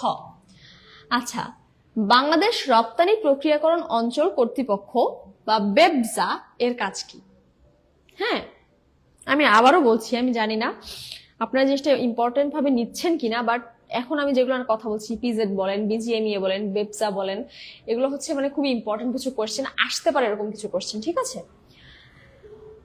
বলেছে বাংলাদেশ রপ্তানি প্রক্রিয়াকরণ অঞ্চল কর্তৃপক্ষ। কৃষি ঋণ প্রদান প্রথমেই হবে না, বুঝতেই পারছেন কেন হবে না, এটা কৃষি খাতের সাথে সম্পর্কিত। তারপরে শিক্ষা প্রতিষ্ঠান পরিচালনাও হবে না, রপ্তানির সাথে শিক্ষার কোনো সম্পর্ক নেই, আগে বলেছি। স্বাস্থ্য সেবা প্রদান, আচ্ছা, স্বাস্থ্য সেবা প্রদানও এটার উদ্দেশ্য হবে না। কেন হবে না? কারণ বলাই হয়েছে যে এটা রপ্তানি প্রক্রিয়াকরণ অঞ্চল, তাই না?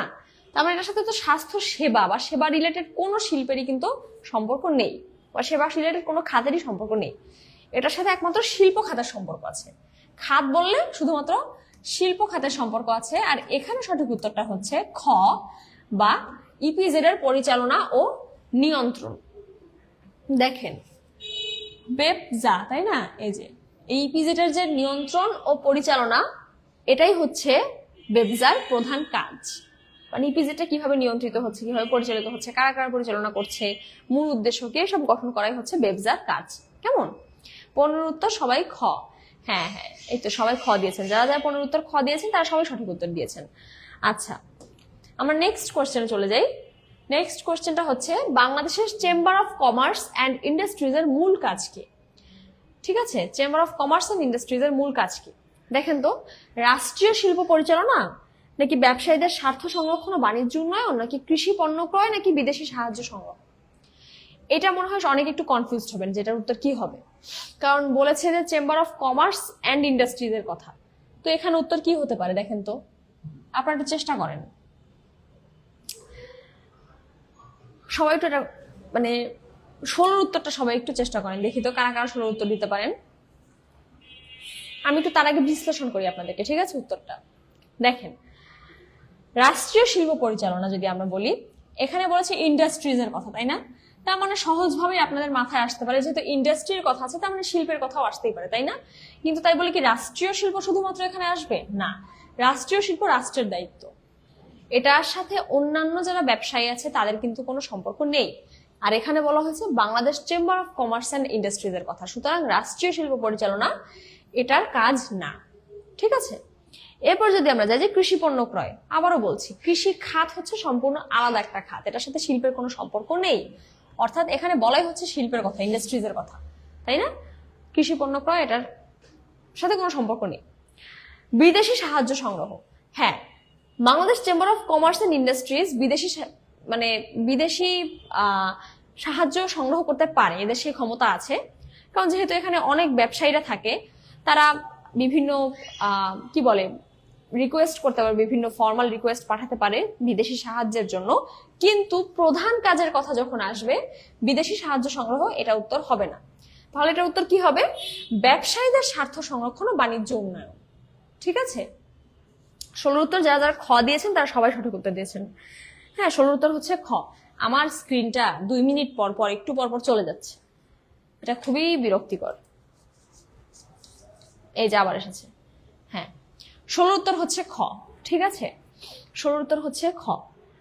কেন? দেখেন, নামেই বলেছে Bangladesh chamber of commerce and industries, অর্থাৎ এখানে ইন্ডাস্ট্রি আসবে, বিভিন্ন শিল্প খাতের সাথে যারা জড়িত আছে তাদের কথা আসবে, তা সেসব ব্যবসায়ীদের কথা আসবে, সেসব ব্যবসায়ীদের অধিকার সংরক্ষিত হচ্ছে কিনা, বা সেসব ব্যবসায়ীরা তাদের প্রয়োজনীয় সহায়তা পাচ্ছে কিনা, এটা আসবে। অ্যান্ড বাণিজ্য, মানে ফুল বাণিজ্য বা অর্থনীতির সাথে যারা রিলেটেড আছে এরকম সব ব্যবসায়ীদের কথাই এখানে আসবে। ঠিক আছে, এদের স্বার্থ সংরক্ষণ করা এবং বাংলাদেশের মানে মূল যে বাণিজ্য খাত আছে, বাণিজ্য খাতের উন্নয়ন করা, এটাই হচ্ছে Bangladesh chamber of commerce and industries এর মূল কাজ। ঠিক আছে, আশা করি সবাই বুঝতে পেরেছেন। এখানে আসলে বোঝানোর কিছু নেই, এই প্রশ্ন একটা মুখস্থ করা কোশ্চেন। ঠিক আছে, এখন যেসব কোশ্চেন পড়াচ্ছি এগুলো আসলে বোঝার কিছু নেই, এগুলো সবই মুখস্থ করতে হবে আপনাদেরকে যদি পারতে হয়। হ্যাঁ, সবাই একটু চেষ্টা করেন নিজের উত্তরগুলো লিখে রাখার বা উত্তরগুলো দাগিয়ে রাখার। বাংলাদেশের প্রধান সমুদ্র বন্দর কোনটি? এটা আশা করি সবাই পারেন, এটা মানে সাধারণ জ্ঞান একটা, কিন্তু ব্যবস্থাপনার সাথে রিলেটেড সাধারণ জ্ঞান। ঠিক আছে, আপনাদের কিন্তু একটা কারিকুলামে একটা অংশ আছে যে ব্যবসায়িক সাধারণ জ্ঞান। হ্যাঁ, এটা ওইটারই অংশ, যে বাংলাদেশের প্রধান সমুদ্র বন্দর কোনটি। সবাই নিশ্চয়ই পারেন উত্তরটা। মোংলা নাকি চট্টগ্রাম নাকি পায়রা নাকি কক্সবাজার?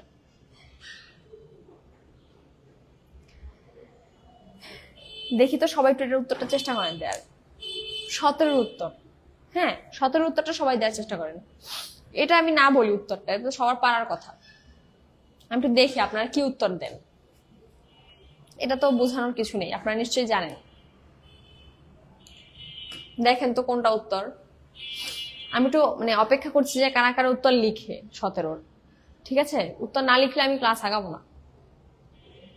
এটা আপনাদের সবার পারার কথা। প্রধান সমুদ্র বন্দর বলেছে খ। আচ্ছা, একজন বলেছেন খ, সবুজ রায় বলেছেন খ। আর কেউ কি উত্তর দিতে চান? দেখেন, মোংলা একটা হ্যাঁ সমুদ্র বন্দর, বাট পায়রাও, এখান থেকেও জাহাজের মাধ্যমে শিল্পের কেনা বেচা হয়, রাইট? মোংলা বলেন পায়রা বলেন দুটো থেকেই হয়, কিন্তু এই দুটো হচ্ছে প্রধান সমুদ্র বন্দর না। আমরা কি জানি বাংলাদেশের প্রধান সমুদ্র বন্দর শহর কোনটা? চট্টগ্রাম। যারা যারা খ উত্তর দিয়েছেন তারা সবাই সঠিক উত্তর দিয়েছেন। 17 উত্তর হচ্ছে খ। ঠিক আছে, ওয়েট, আমি কলম আনতে পারিনি।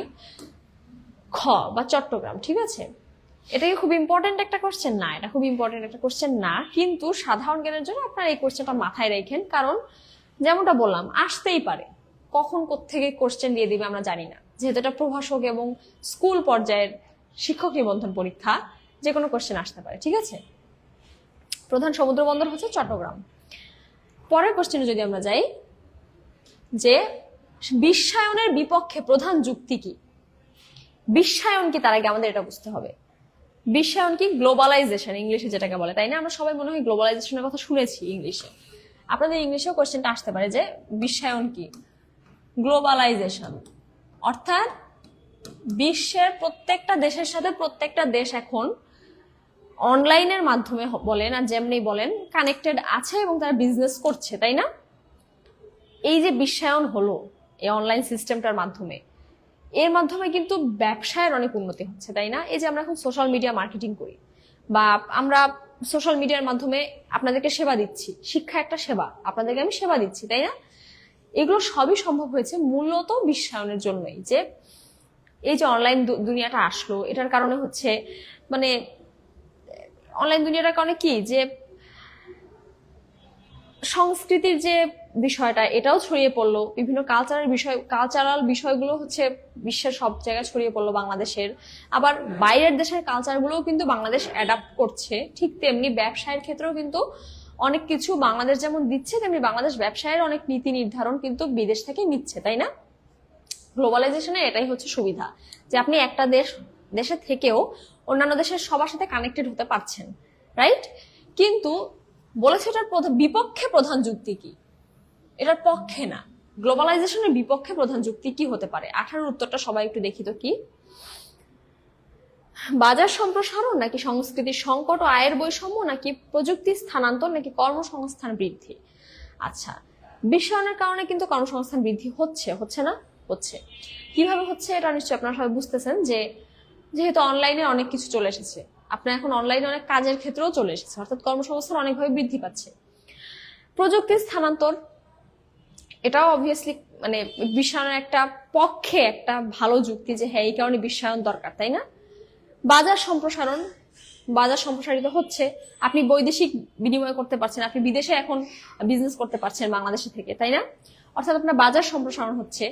তাহলে বিশ্বায়নের, এগুলো তো সবাই বিশ্বায়নের পক্ষে, বিপক্ষে না, তাই না? তাহলে পক্ষের কোনটা, মানে বিপক্ষের প্রধান যুক্তি কোনটা? সংস্কৃতির সংকট ও আয়ের বৈষম্য। সংস্কৃতির সংকট কেন? এই যে বাংলাদেশ যে এখন ওয়েস্টার্ন কালচার অ্যাডপ্ট করছে, এটা কিন্তু বাঙালির যে আদি কালচার, যেটা কিন্তু আস্তে আস্তে হারিয়ে যাচ্ছে, তাই না? ক্ষুদ্র কুটির শিল্পের মতো একটা শিল্প বাংলাদেশের, এটা মানে আস্তে আস্তে যে হারিয়ে যাচ্ছে, এটা হারিয়ে যাওয়ার মূল কারণ কি? এই বিশ্বায়ন। আপনি, আমরা যার কথাই বলি না কেন, আমরা কিন্তু ওয়েস্টার্ন বিভিন্ন জিনিসপত্র দেখি, আমরা পাকিস্তানি ড্রেস কিনি, আমরা বাইরের দেশের খাবার খাই, করতে করতে না আমরা বাংলাদেশের যে মানে আদি যে বিষয়টা, আমরা এই বাংলাদেশের আদি সংস্কৃতিটাই হারিয়ে ফেলছি। প্লাস আয়ের বৈষম্য কিভাবে হচ্ছে? যারা একটু শিক্ষিত হতে পারছে তারা অনেকভাবে অনেক কিছু করতে পারছে, কিন্তু প্রত্যন্ত অঞ্চলে যারা আছে বা যারা হচ্ছে সুযোগটা পাচ্ছে না, বিশ্বায়নের সুযোগটা পাচ্ছে না, তারা কিন্তু এখন এই সবকিছু গ্লোবালাইজড হয়ে যাওয়ার কারণে, অনলাইন হয়ে যাওয়ার কারণে এই সুযোগ থেকে পিছিয়ে আসছে, তারা চাইলেও ইনকাম করতে পারছে না।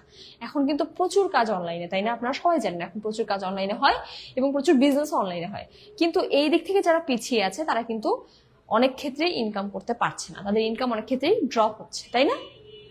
সুতরাং বিশ্বায়নের বিপক্ষে প্রধান যুক্তি কি? সংস্কৃতির সংকট ও আয়ের বৈষম্য। বিশ্বায়নের কারণে সংস্কৃতির সংকট ক্রিয়েট হয় এবং আয়েরও বৈষম্য ক্রিয়েট হয়, ঠিক আছে? এটাই হচ্ছে সঠিক উত্তর। উত্তর হচ্ছে খ। যারা যারা সঠিক উত্তর দিয়েছেন দেখি। কার্তিক চন্দ্র বলেছেন খ, এস এম সবুজ বলেছেন খ, আরেকজন স্যার বলেছেন খ, সবুজ রায় বলেছেন খ। যারা যারা খ উত্তর দিয়েছেন তারা সবাই সঠিক উত্তর দিয়েছেন, কেমন? আচ্ছা, বিশ্বায়নের পক্ষে প্রধান যুক্তি কি তাহলে? বিপক্ষে প্রধান যুক্তি তো আমরা দেখলাম যে সংস্কৃতির সংকট ক্রিয়েট হয়, আয়ের বৈষম্য ক্রিয়েট হয়, এটা হচ্ছে বিশ্বায়ন দরকার নেই এজন্য, রাইট? তাহলে বিশ্বায়ন দরকার কি জন্য? বিশ্বায়নের পক্ষে কি কি আছে দেখি আমরা। সাংস্কৃতিক ঐক্য কি আছে? বিশ্বায়নের কারণে কি সাংস্কৃতিক ঐক্য হয়? আপনারা একটু দেখেন তো, চিন্তা করে 19-এর উত্তরটা সবাই একটু চিন্তা করেন, যে বিশ্বায়নের কারণে কি কোনো সাংস্কৃতিক ঐক্য হয় কিনা। সেকেন্ড অপশন হচ্ছে বাজার সম্প্রসারণ ও প্রযুক্তি স্থানান্তর, থার্ড অপশন হচ্ছে জাতীয়তাবাদ বৃদ্ধি, ফোর্থ অপশন হচ্ছে স্থানীয় পণ্যের সুরক্ষা। প্রথমত আমি আবারও বলছি, গ্লোবালাইজেশন বা বিশ্বায়নের মূল বিষয়টাই কি, যে আপনি একটা দেশে থেকে অন্য সব দেশের সাথে কানেক্টেড, রাইট? সুতরাং এটার সাথে জাতীয়তাবাদ বৃদ্ধি বা স্থানীয় পণ্যের সুরক্ষার কোনো সম্পর্ক নেই। স্থানীয় পণ্য শুধুমাত্র দেশের জন্য বা একটা লোকালাইজড একটা অংশের জন্য, একটা লোকালাইজড মার্কেটের জন্য, যে যেমন এই মার্কেটে এই জিনিসটা ভালো পাওয়া যায়, রাইট? স্থানীয় পণ্য, স্থানীয় পণ্যের সুরক্ষা হচ্ছে সেই দেশের লোকজন নিশ্চিত করতে পারবে বা ওই লোকাল লোকজন নিশ্চিত করতে পারবে, এর সাথে বিশ্বায়নের কোনো সম্পর্ক নেই। জাতীয়তাবাদ বৃদ্ধিও এটার সাথে রিলেটেড না। আপনি জাতীয়তাবাদ মানে আপনি কতখানি দেশের প্রতি কমিটেড, এটার সাথে বিশ্বায়নের কোনো যুক্তি নেই বা সংযোগ নেই কোনো, ঠিক আছে? সাংস্কৃতিক ঐক্য না, বরং সাংস্কৃতিক সংকট হয়, তাই না? বিশ্বায়নের কারণে আমরা কিন্তু পড়ে এসেছি সাংস্কৃতিক সংকট ক্রিয়েট হয়, কালচারাল একটা সংকট ক্রিয়েট হয়। সুতরাং সাংস্কৃতিক ঐক্য এটা সঠিক উত্তর না। তাহলে সঠিক উত্তর কি? বাজার সম্প্রসারণ ও প্রযুক্তি স্থানান্তর। অর্থাৎ বিশ্বায়নের পক্ষে প্রধান যুক্তি যখন বলবে আপনাদেরকে, পক্ষে হচ্ছে বাজার সম্প্রসারণ, অর্থাৎ আপনি এখন বাংলাদেশে থেকে বিদেশে বিজনেস করতে পারছেন, আপনার বিজনেস অনেক প্রসারিত হয়েছে, তাই না? এটা শুধু দেশের মধ্যে আর নেই। প্লাস প্রযুক্তি স্থানান্তর, এটা নিশ্চয়ই আপনারা বুঝতে পারছেন যে প্রযুক্তি ছাড়া তো আসলে বিশ্বায়ন সম্ভব না, তাই না? তাহলে 19-এর উত্তর হচ্ছে বি। 19-এর উত্তর হচ্ছে খ, বা বাজার সম্প্রসারণ ও প্রযুক্তি স্থানান্তর। কারা কারা সঠিক উত্তর দিয়েছেন? খন্দকার মাহফুজ, সবুজ রায়। আচ্ছা, যারা যারা বি লিখেছেন তারা সবাই সঠিক উত্তর দিয়েছেন, কেমন?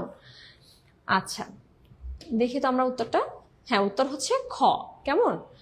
এরপরের কোশ্চেনে যদি আমরা যাই, যে নিম্নলিখিত কোনটি বিশ্ব স্বাস্থ্য সংস্থা বা হু এর প্রধান কাজ, WHO বা বা বিশ্ব স্বাস্থ্য সংস্থা ওয়ার্ল্ড হেলথ অর্গানাইজেশন এর প্রধান কাজ কি জানতে চেয়েছে। ঠিক আছে, অর্থনৈতিক ঋণ প্রদান করা না, ওয়ার্ল্ড হেলথ অর্গানাইজেশনের কাজই হচ্ছে হেলথ নিয়ে, চিকিৎসা খাত নিয়ে, তাই না, ঔষধ খাত নিয়ে, একটা দেশের চিকিৎসা কেমন হচ্ছে, একটা দেশে কতখানি মানুষ অসুস্থ হচ্ছে, কোন রোগে বেশি অসুস্থ হচ্ছে, তাদের রোগ নিরাময় করার জন্য বা প্রতিকার করার জন্য কি কি করা উচিত, এগুলো কিন্তু হুয়ের কাজ বা ওয়ার্ল্ড হেলথ অর্গানাইজেশনের কাজ, রাইট। অর্থাৎ অর্থনৈতিক ঋণ প্রদান ওয়ার্ল্ড হেলথ অর্গানাইজেশন করে না, এটা তাহলে সঠিক উত্তর না, এটা না গেল। বাণিজ্য চুক্তি করা, এটাও না। বাণিজ্য মানে কি? কমার্স, কমার্সের সাথে কিন্তু হেলথের কোনো রিলেশন নেই, রাইট। অর্থাৎ বাণিজ্য চুক্তিও বিশ্ব স্বাস্থ্য সংস্থা করে না, মুদ্রানীতি নির্ধারণও বিশ্ব স্বাস্থ্য সংস্থা করে না, এটাও নিশ্চয়ই সবাই বুঝতে পারছেন। তাহলে বিশ্বের উত্তর কি হবে? খ, বৈশ্বিক স্বাস্থ্য সুরক্ষা ও রোগ নিয়ন্ত্রণ। এবার আপনাদের মনে হতে পারে যে অর্থনৈতিক ঋণ প্রদান, বাণিজ্য চুক্তি করা, মুদ্রানীতি নির্ধারণ, এই অপশনগুলো এখানে কেন আসলো? এগুলো তো খুবই ইররেলিভেন্ট অপশন, তাই না? হ্যাঁ, এটা এই কোশ্চেনের জন্য ইররেলিভেন্ট, বাট এইসব কাজ কিন্তু অন্যান্য সংস্থা করে থাকে বিশ্বের, তাই না? বিশ্বের এরকম আরো কিছু সংস্থা আছে যারা হচ্ছে অর্থনৈতিক ঋণ প্রদান করে, রাইট, বা বাণিজ্য চুক্তিতে আপনাকে সাহায্য করলো, বা মুদ্রানীতি নির্ধারণ করে দিল। মুদ্রানীতি নির্ধারণ আসলে কখনো ওয়ার্ল্ডের কোনো একটা কান্ট্রি আর একটা কান্ট্রির জন্য করতে পারে না, এটা প্রত্যেকটা কান্ট্রির জন্য তাদের সেন্ট্রাল ব্যাংক যে থাকে সে মুদ্রানীতি নির্ধারণ করে, রাইট। আমরা এটা সবাই জানি, আমাদের জন্য বাংলাদেশ ব্যাংক। আবার বাণিজ্য চুক্তি হচ্ছে, এটা ডিপেন্ড করে, হ্যাঁ। আর অর্থনৈতিক ঋণ প্রদানও, এটার জন্য অনেক সংস্থা আছে বিশ্বের যারা হচ্ছে অর্থনৈতিক ঋণ প্রদান করে বৈশ্বিকভাবে। কিন্তু বিশ্ব স্বাস্থ্য সংস্থার পার্টিকুলার কাজ হচ্ছে বৈশ্বিক স্বাস্থ্য সুরক্ষা ও রোগ নিয়ন্ত্রণ। যেমন আমি বললাম, হেলথ রিলেটেড যে কোনো কাজই হচ্ছে বিশ্ব স্বাস্থ্য সংস্থার কাজ। দেখেন উত্তরটা হচ্ছে খ। এরপর এই যে একটু আগে আপনাদেরকে বললাম যে অনেক সংস্থা আছে যারা অর্থনৈতিক উন্নয়নের কাজ করে বা অর্থনৈতিক ঋণ প্রদানের কাজ করে, তাই না? এই কোশ্চেনটাই আমরা এখন পড়বো যে ইররিলেভেন্ট অপশনগুলো আমরা কেন এর আগে দেখে আসলাম। এই জন্য দেখে আসলাম কারণ এই কোশ্চেনের জন্য ওই অপশনটা রিলেভেন্ট। আন্তর্জাতিক মুদ্রা তহবিল বা IMF এর প্রধান কাজ কি? এইটা নিশ্চয়ই সবাই উত্তরটা বুঝতে পারছেন যে প্রধান কাজ কি। 21-এর উত্তরটা সবাই নিশ্চয়ই বুঝতে পারছেন। প্রথমত, দারিদ্র্য বিমোচন করা IMF এর কাজ না, ঠিক আছে? দারিদ্র্য বিমোচন এটা সাথে IMF এর কোনো সম্পর্কই নেই। পরিবেশ সুরক্ষা, এটাও না, এটা অন্য একটা অর্গানাইজেশনের কাজ, সেটা আমরা হয়তো পরে পড়বো, কেমন? শিক্ষার উন্নয়ন এটা যে যে দেশ তার উপর ডিপেন্ড করে, এটার সাথে কোনো আন্তর্জাতিক সংস্থার সম্পর্ক নেই। তাহলে একমাত্র অপশনটা কি? এই যে আগের কোশ্চেনে যে আমরা একটা ইররিলেভেন্ট কিছু অপশন পড়েছিলাম না, যে অর্থনৈতিক ঋণ প্রদান, হ্যাঁ, অর্থনৈতিক সুরক্ষা প্রদান, এগুলো কাদের কাজ? তাহলে এটা তো ওয়ার্ল্ড হেলথ অর্গানাইজেশনের কাজ না। তাহলে এখানে কেন এই অপশনগুলো দেওয়া হলো? এই জন্য দেওয়া হলো কারণ আন্তর্জাতিক আরেকটি সংস্থা আছে যার নাম হচ্ছে আন্তর্জাতিক মুদ্রা তহবিল বা IMF। এর কাজ হচ্ছে বৈশ্বিক আর্থিক স্থিতিশীলতা বজায় রাখা, অর্থাৎ গ্লোবালি প্রত্যেকটা কান্ট্রির মধ্যে অর্থনৈতিক স্থিতিশীলতা বা ব্যালেন্সটা বজায় রাখে তারা, এবং তারা অর্থনৈতিক ঋণ প্রদান করে, যেটা আমাদের আগের কোশ্চেনে কিন্তু ফার্স্ট অপশনটা ছিল যে অর্থনৈতিক ঋণ প্রদান কি ওয়ার্ল্ড হেলথ অর্গানাইজেশনের কাজ কিনা। না, এটা IMF এর কাজ অর্থনৈতিক ঋণ প্রদান করা। বিশ্বের বিভিন্ন কান্ট্রিকে বা বিশ্বের বিভিন্ন কান্ট্রির সেন্ট্রাল ব্যাংককে অর্থনৈতিক ঋণ প্রদান কে করে? IMF করে, ঠিক আছে? এই জিনিসটা সবাই মাথায় রাখবেন, IMF এর কিন্তু খুবই ইম্পর্টেন্ট একটা কাজ। আচ্ছা, একজন কোশ্চেন করেছেন যে কোন সাবজেক্টের আলোচনা চলছে। আচ্ছা, এটা হচ্ছে মূলত ব্যবস্থাপনার উপরে আজকের ক্লাসটা হচ্ছে, বা স্কুল পর্যায়ের ক্ষেত্রে ব্যবসায়ী শিক্ষার উপরে, ঠিক আছে? দেখেন অপশনটা হচ্ছে খ, বৈশ্বিক আর্থিক স্থিতিশীলতা বজায় রাখা ও ঋণ প্রদান। নেক্সট কোশ্চেনটা দেখি যে দক্ষিণ এশীয় আঞ্চলিক সহযোগিতা সংস্থা সার্কের সাথে সম্পৃক্ত বাণিজ্য চুক্তি কোনটি? আমরা সার্কের কথা সবাই পড়েছি না একটা সময়, মানে এটা কিন্তু আমরা ছোট থেকে পড়তে পড়তে বড় হয়েছি, এটা হচ্ছে স্কুল লেভেলের পড়া ছিল আমাদের, তাই না? যে SAARC সার্ক এর সাথে সম্পৃক্ত বাণিজ্য চুক্তি কোনটি? দেখেন তো অপশন এক, মানে কোনটা হতে পারে এখানে? 22-এর উত্তরটা কি হতে পারে আপনারা দেওয়ার চেষ্টা করেন সবাই, আমি একটু দেখি কে কে সঠিক উত্তর দেয়। এটা খুবই ইম্পর্টেন্ট একটা কোশ্চেন। কিছু কিছু কোশ্চেন আছে যে একটু কঠিন লাগবে আপনাদের কাছে, আপনারা দেখি কারা কারা সঠিক উত্তর দিচ্ছেন। দেখেন এত চিন্তা করতে হবে না, এটার উত্তর যখন দিতে যাবেন এত চিন্তা করতে হবে না। কেন? প্রথমত আসিয়ান যেটা, এটা তো নিজেই একটা অর্গানাইজেশন, তাই না? আসিয়ান কিন্তু নিজেই একটা অর্গানাইজেশন, আলাদা একটা অর্গানাইজেশন, ঠিক আছে? এটা তো নিশ্চয়ই আমরা সবাই জানি যে আসিয়ান নিজে একটা আলাদা অর্গানাইজেশন, এটা সাথে সার্কের কোনো সম্পর্ক নেই, এটা কমপ্লিটলি আলাদা একটা অর্গানাইজেশন, ঠিক আছে? এটা পুরো এশিয়াকে নিয়ে কাজ করে, হ্যাঁ। কিন্তু সার্ক কিন্তু শুধুমাত্র দক্ষিণ এশিয়া বা সাউথ এশিয়াকে নিয়ে কাজ করে, রাইট? শুধুমাত্র সাউথ এশিয়াকে নিয়ে কাজ করে। আর আসিয়ান হচ্ছে পুরো এশিয়াকে নিয়েই কাজ করে, সুতরাং আসিয়ান এটার উত্তর হবে না। এরপর দেখি নাফটা। নাফটা না, নাফটাও নয়, এটা নিয়ে আপনাদের পড়ারও দরকার নেই, এটা খুবই ইরেলেভেন্ট একটা টপিক। নাফটা এটা দরকার নেই, ঠিক আছে? নাফটাও সার্কের সাথে রিলেটেড না। ডাব্লিউটিও বা ওয়ার্ল্ড ট্রেড অর্গানাইজেশন, যেটা বাণিজ্য যারা নিয়ন্ত্রণ করে ওয়ার্ল্ডের, তাদের সাথে কি সার্কের সম্পর্ক আছে? মানে বাণিজ্য চুক্তি কি সম্পৃক্ত তাদের সাথে?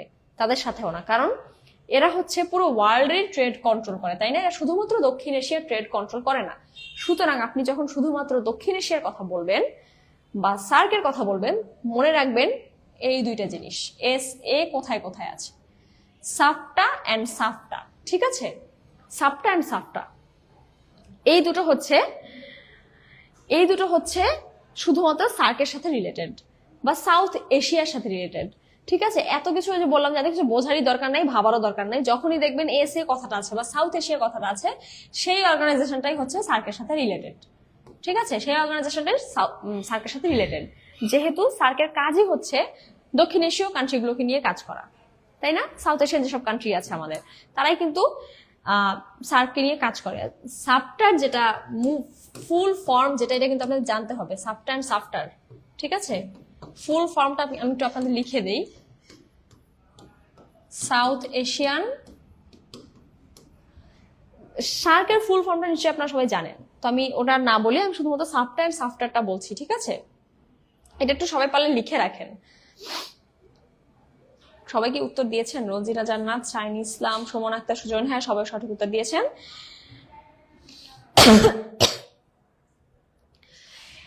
সাফটার ফুল ফর্ম হচ্ছে সাউথ এশিয়ান প্রেফারেন্সিয়াল, আচ্ছা ওয়েট, একটু ইরেজার নিতে হবে, প্রেফারেন্সিয়াল ট্রেড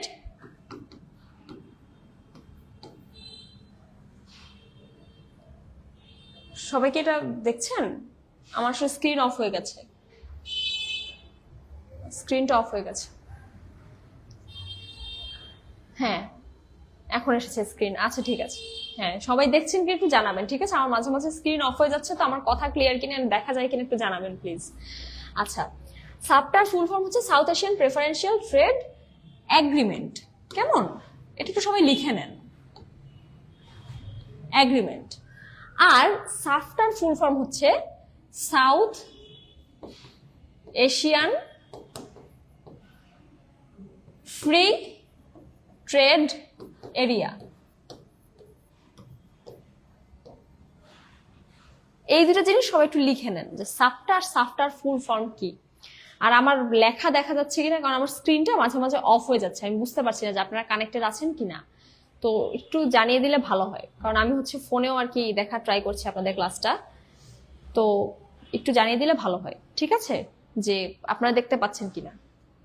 আচ্ছা আচ্ছা, শাইন ইসলাম বলেছেন দেখা যাচ্ছে নাকি, ওকে ঠিক আছে ফাইন। তাহলে সবাই নিশ্চয়ই লিখে নিয়েছেন যে সাফটা হচ্ছে south Asian preferential trade agreement আর সাফটা হচ্ছে south Asian free trade area, ঠিক আছে? এই দুটো হচ্ছে সার্কের সাথে রিলেটেড। আচ্ছা এই দেখেন উত্তর হচ্ছে গ, সাফটা এন্ড সাফটা। আসিয়ানের সদস্য কোন দেশ নয়? এবার দেখেন আসিয়ান কিন্তু আমি একটু আগেই বলেছি, এই যে আমার স্ক্রিনটা আবার অফ হয়ে গেছে। আচ্ছা আমি আর এটা নিয়ে প্যারাই খাবো না, আমি আপনাদের ক্লাস চালিয়ে যাই, যদি দেখতে না পান সেক্ষেত্রে আমি ফোনে দেখে নিব, সমস্যা নেই। আসিয়ানের সদস্য কোন দেশ নয়? ইন্দোনেশিয়া নাকি ভিয়েতনাম নাকি ভারত নাকি সিঙ্গাপুর? দেখেন তো এইটার উত্তরটা দেওয়ার চেষ্টা করেন তো। আমি কিন্তু একটু আগে বলেছি যে আসিয়ান মানে কি এশিয়ান কান্ট্রিগুলো, রাইট? এটা সব মনে রাখবেন, এশিয়ান কান্ট্রিগুলা, বাট এখানে একটা বাট আছে, কারণ কি মানে দক্ষিণ এশীয় কান্ট্রিগুলো বাদ দিয়ে বলতে গেলে, ঠিক আছে? এশিয়ান কান্ট্রিগুলো আবার দক্ষিণ এশীয় কান্ট্রিগুলো বাদ দিয়ে, অর্থাৎ সার্কের অন্তর্ভুক্ত যেসব কান্ট্রি আছে সেই সব কান্ট্রি বাদ দিয়ে বাকি এশিয়ান কান্ট্রিগুলোর কথা চিন্তা করেন। তাহলে বলেন আসিয়ানের সদস্য কোন দেশ নয়? ঠিক আছে, ইন্দোনেশিয়া, ভিয়েতনাম, ভারত নাকি সিঙ্গাপুর? আমি কিন্তু আবারও ক্লু দিচ্ছি আপনাদেরকে যে দক্ষিণ এশীয় যেসব কান্ট্রি আছে সেই সব কান্ট্রি বাদে বাকি এশিয়ান কান্ট্রিগুলো হচ্ছে আসিয়ানের সদস্য। তাহলে এটার উত্তর কি? একজন বলেছেন ভিয়েতনাম। না, ভিয়েতনাম সঠিক উত্তর না। আমি তো আবারও বললাম। আচ্ছা, আপনাদেরকে আমি বলে দিই সঠিক উত্তরটা, ঠিক আছে? আপনারা চেষ্টা করেন তাও। সঠিক উত্তর হচ্ছে ভারত। ঠিক আছে, ভারত সার্কের অংশ। SAARC বা সার্ক যেটা, এটার অংশ হচ্ছে ভারত বা দক্ষিণ এশীয় কান্ট্রি যেহেতু এটা। ঠিক আছে, বাকি কান্ট্রিগুলো না দক্ষিণ এশীয় না, এরা এশিয়ান কান্ট্রি বাট দক্ষিণ এশীয় কান্ট্রি না, এরা সবাই আসিয়ানের সদস্য, এরা আবার সার্কের সদস্য না। ঠিক আছে, এই জিনিসটা মাথায় রাখবেন। এরা আবার সবাই আসিয়ানের সদস্য। ইন্দোনেশিয়া, ভিয়েতনাম, সিঙ্গাপুর, আরো কিছু কান্ট্রি আছে, ফিলিপাইন্স, আমি একটু লিখে দিই আপনাদেরকে। ফিলিপাইন্স, তারপরে আরেকটা কি জানি ছিল, ব্রুনেই। ব্রুনাইয়ের নাম নিশ্চয়ই আপনারা সবাই শুনেছেন, ব্রুনাই। এগুলো হচ্ছে এশিয়ান কান্ট্রি বাট দক্ষিণ এশিয়ান কান্ট্রি না, তাই এরা হচ্ছে আসিয়ানের সদস্য, এরা সার্কের সদস্য না। আর সার্কের সদস্য কারা? যারা দক্ষিণ এশীয় কান্ট্রি তারা। নিশ্চয়ই সবাই তাহলে, হ্যাঁ তাহলে ভারত।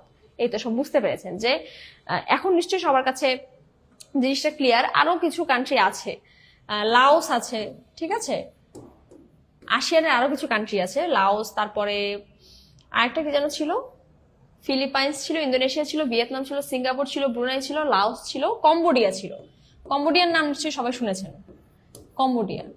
এই কয়টা কান্ট্রি হচ্ছে আসিয়ানের সদস্য। ঠিক আছে, এগুলো হচ্ছে আসিয়ানের সদস্য। আর এই যে ইন্দোনেশিয়া, ভিয়েতনাম, সিঙ্গাপুর এগুলো তো আছেই। এই কয়টা কান্ট্রি মিলে হচ্ছে আসিয়ান গঠন করে। কেমন? আচ্ছা, দেখুন উত্তর হচ্ছে ভারত। বিশ্বায়নের যুগে বাংলাদেশের তৈরি পোশাক শিল্পের প্রধান চ্যালেঞ্জ কি? দেখেন তো, বিশ্বায়নের যুগে তৈরি পোশাক শিল্পের প্রধান চ্যালেঞ্জ কি? কাঁচামালের প্রাপ্যতা, অবভিয়াসলি না। কাঁচামাল তো আরো সহজে পাওয়া যাচ্ছে, তাই না? কারণ বিশ্বায়ন হচ্ছে, আপনি তো বিদেশ থেকেও কাঁচামাল আনতে পারছেন। স্থানীয় বাজার সম্প্রসারণ, এটাও প্রধান চ্যালেঞ্জ না, কারণ আপনার যেহেতু বৈদেশিক ভাবে আপনি বাজার সম্প্রসারণ করতে পারছেন, স্থানীয় বাজার সম্প্রসারণ তো কোনো ব্যাপারই হওয়ার কথা না, তাই না? কৃষি নির্ভরতাও না।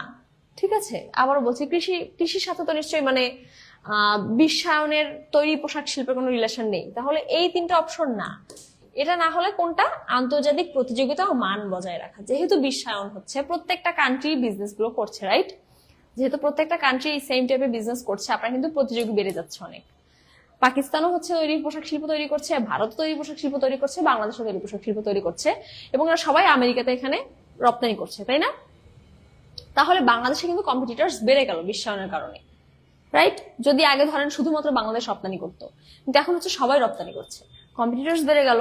তাই প্রতিযোগিতা, আন্তর্জাতিক একটা প্রতিযোগিতা থাকে, এবং যেহেতু আন্তর্জাতিক প্রতিযোগিতা থাকে, সবার মধ্যে এই টেন্ডেন্সি থাকে যে অন্য দেশের চাইতে যেন আমার দেশে তৈরি পোশাক শিল্প বেশি ভালো হয়, যাতে মানুষ বেশি ক্রয় করে বিদেশে, যাতে আমার মানটা ভালো হয়। সুতরাং তারা মানটা বজায় রাখার ট্রাই করে। ঠিক আছে, এটা হচ্ছে সঠিক উত্তর।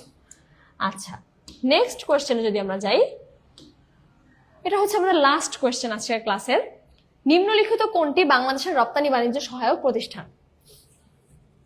এটা আমি আর না বুঝাই আপনারা সবাই বুঝতে পারছেন কোনটা, দেয়াই আছে উত্তর। ঠিক আছে, বিটিআরসি তো না, তুমি জানেন নিশ্চয়ই, বিটিসিএল ও না, বিআরটিও না। তাহলে কোনটা? EPB, export promotion bureau. ঠিক আছে, এক্সপোর্ট প্রমোশন ব্যুরো বা ইপিবি হচ্ছে বাংলাদেশের রপ্তানি বাণিজ্য সহায়ক প্রতিষ্ঠান। রপ্তানি বাণিজ্যের ক্ষেত্রে প্রমোশন কারা করে বা মার্কেটিং কারা করছে? এই প্রতিষ্ঠানটা করছে। ঠিক আছে, ইপিবি সবাই একটু লিখে রাখেন, এক্সপোর্ট প্রমোশন ব্যুরো। ঠিক আছে, 25 উত্তরটা সবাই একটু লিখে রাখেন, খুবই ইম্পর্টেন্ট একটা কোশ্চেন এটা, এবং আনকমন একটা কোশ্চেন। ঠিক আছে, এখন তো ধরেন অপশনগুলো এমন ভাবে দেওয়া হয়েছে যে আপনাদের কাছে জিনিসটা ইজি লাগছে দেখতে, কিন্তু পরীক্ষায় এরকম অপশন নাও থাকতে পারে, এত ইজি অপশন। সেক্ষেত্রে হচ্ছে আপনারা ইপিবি মনে রাখবেন। ঠিক আছে, এক্সপোর্ট প্রমোশন ব্যুরো।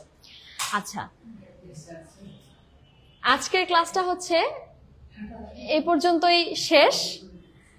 ঠিক আছে, আমাদের আজকের ক্লাসে পড়ানোর নতুন কিছু নেই, আপনাদের সবই পড়িয়ে দিয়েছি।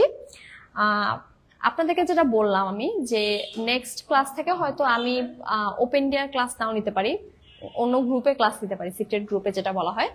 এটার বিষয়ে রায়হান স্যার বা অন্য স্যাররা হচ্ছে আপনাদেরকে ডিটেলসে বলবে। যারা হচ্ছে কোর্স পেইড কোর্সে নিচ্ছেন তারা হচ্ছে ক্লাসগুলো পাবেন। নেক্সট ক্লাস থেকে হয়তো আমাকে আর ফেসবুক লাইভে পাবেন না, এটা আর কি স্যার আজকে বললো আমাকে। তো দেখা যাক কি হয়। তো সবাই একটু চেষ্টা করেন কোর্সগুলো নিতে, তাহলে তো আপনাদের সাথে আমার আবার দেখা হবে, ঠিক আছে? আচ্ছা, তাহলে আজকের ক্লাস এই পর্যন্তই। সবাইকে অনেক থ্যাংক ইউ, এন্ড আমি আর কথা না বাড়িয়ে ক্লাসে শেষ করছি। আসসালামু আলাইকুম।